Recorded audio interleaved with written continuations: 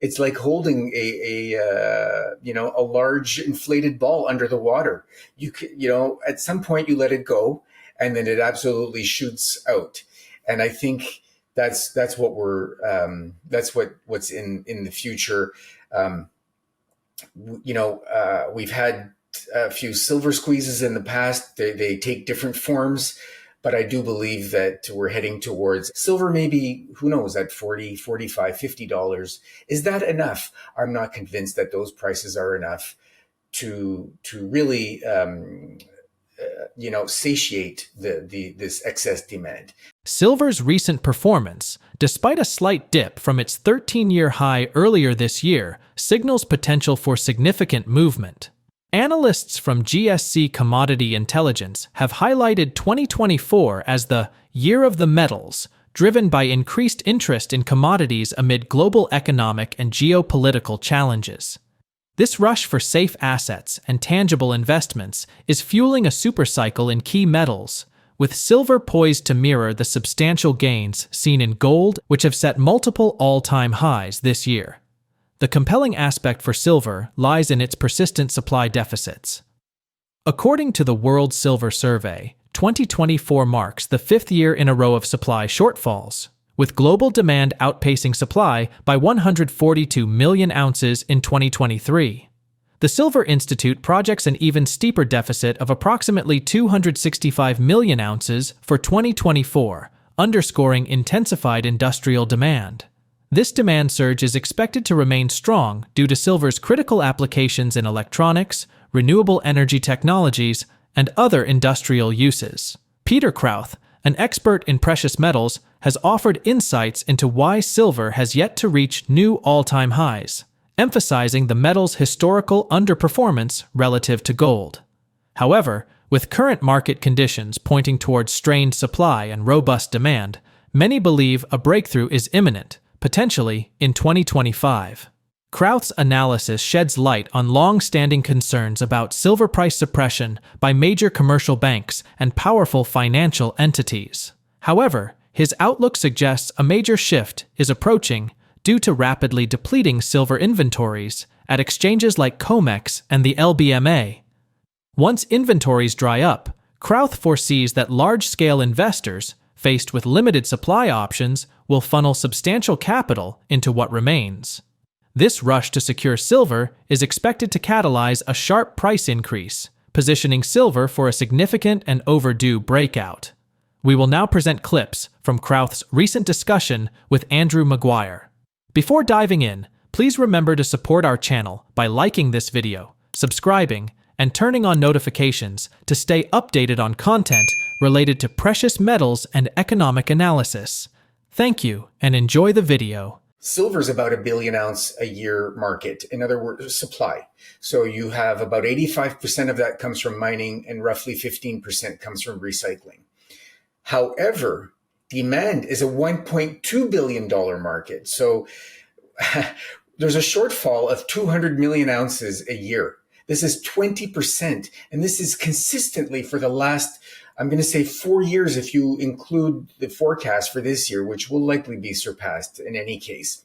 If you include this year, we're at something like 740 million ounces of deficit, cumulative deficits for the last 4 years. That's 3/4 of a full year's mine and recycling supply, just in the last 4 years. So, if I look back to around January, February of this year, I was thinking, I had subscribers asking me, these ongoing deficits, why is silver not pushing above sort of this ceiling of about $32 roughly?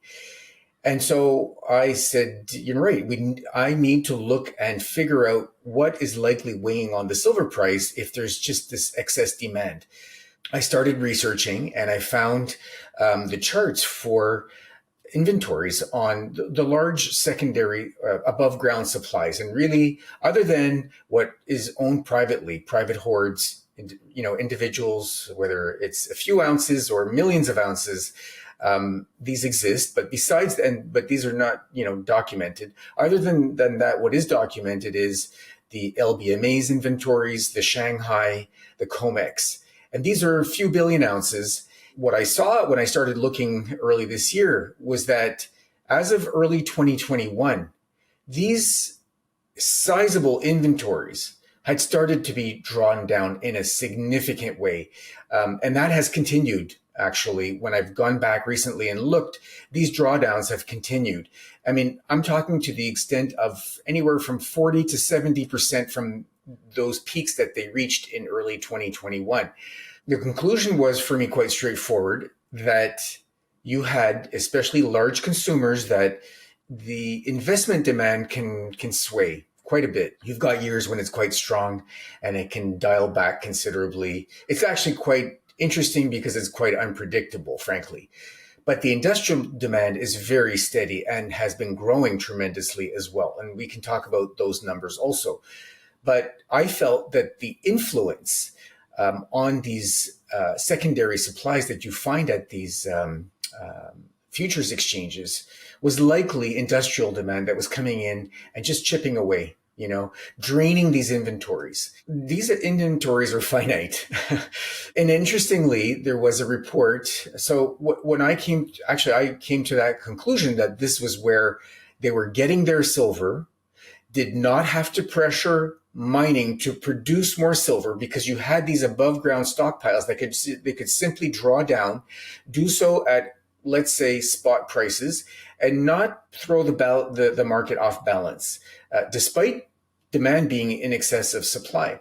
So they have been doing this for 4 years, 3.5 years. I feel they have perhaps a year to 6 to 18 months left of being able to do this. And funny enough, after I reached that conclusion and said so publicly in March of this year, someone sent me a report I would say about a month later, from TD, which had basically reached, interestingly enough, the same conclusion, which was that this is where the industrial users were getting their supply, not pressing on mining to produce more, but that this was finite. There was simply 12, in their case, they thought 12 to 24 months perhaps before this was going to be game over. And then, we were looking at a squeeze. Peter Krauth predicts that when large consumers, such as industrial players, central banks, and institutional investors, face unfulfilled silver orders from major exchanges like COMEX or the LBMA, a significant market response will ensue. The inability to meet these demands will likely lead to a highly publicized shortage, drawing widespread attention to the scarcity.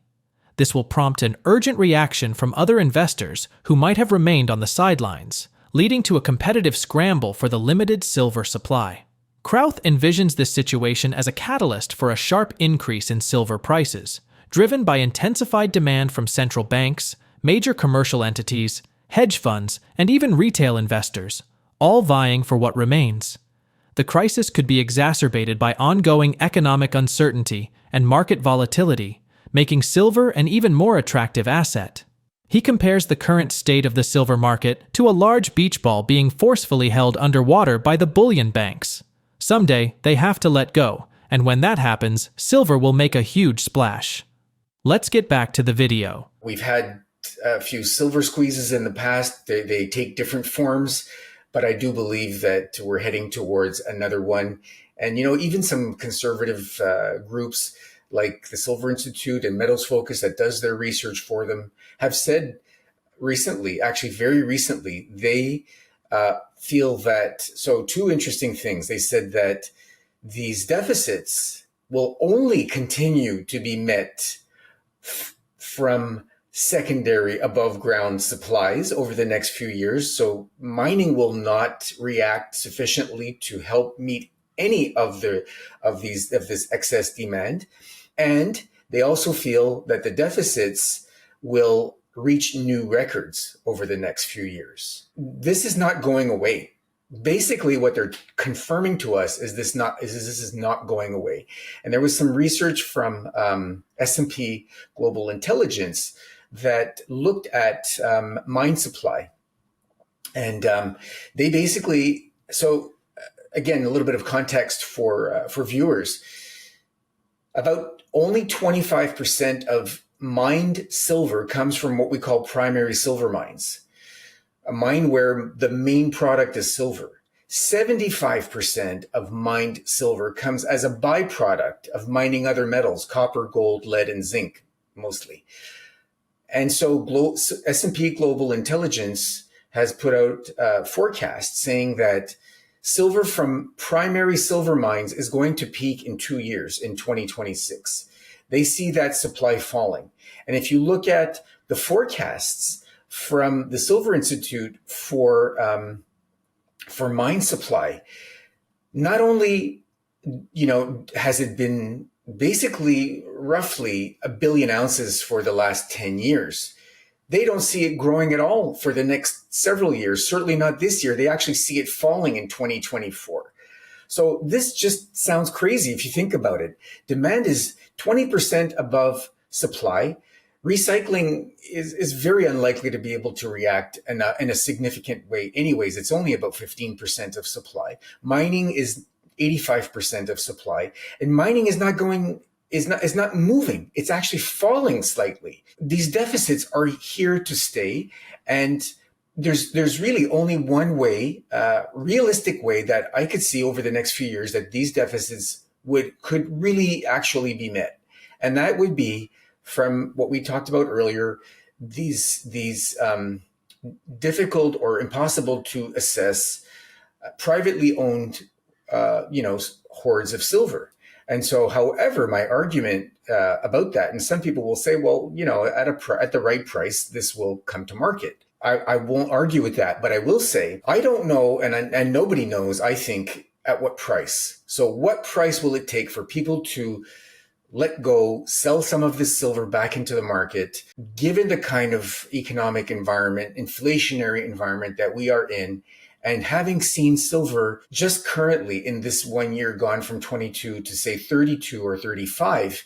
And if you look forward, at a point in time where, let's say 6 months, 12 months, even 18 months in the future, where these supplies would come from private stockpiles to the market, silver maybe, who knows, at $40, $45, $50. Is that enough? I'm not convinced that those prices are enough to really satiate this excess demand. The narrative surrounding the shift in the global economic power dynamic is becoming increasingly pronounced, as evidenced by central banks' strategic movements since at least 2021. These financial institutions have set records in gold acquisitions while simultaneously offloading U.S. treasuries, underscoring an essential shift in priorities that signals an underlying change in the global financial order. This trend is more than just a reaction to economic policies. It reflects the East's growing influence and the potential waning of Western dominance in the financial sphere. This transition highlights a stark contrast between the two prevailing economic approaches. On one side are fiat currencies, which are vulnerable to inflation and devaluation through excessive money printing. On the other, tangible assets like gold and silver are favored for their enduring value and historical role as safe havens. Analysts see this shift as a potential precursor to major financial disruptions and a rebalancing of economic power. Within this context, silver is gaining attention. David Morgan of the Morgan Report anticipates what he calls the Great Silver Crisis, where the combined pressures of supply constraints, prolonged price suppression, and inflation-driven demand could trigger a mania phase. This phase could propel silver prices to unparalleled heights as market participants rush to secure a dwindling supply. Peter Krauth shares this outlook, predicting that the inventory depletion of major exchanges could ignite such a rush within the next 12 to 18 months. This would result in a period where the demand for silver, driven by its industrial applications and investment appeal, could outpace supply by an unprecedented margin. We encourage you to share your perspectives on this evolving narrative and the potential impact on the global economy. If you found this discussion engaging, don't forget to like, subscribe, and explore our other content on precious metals and global financial trends. Thank you for being part of the conversation.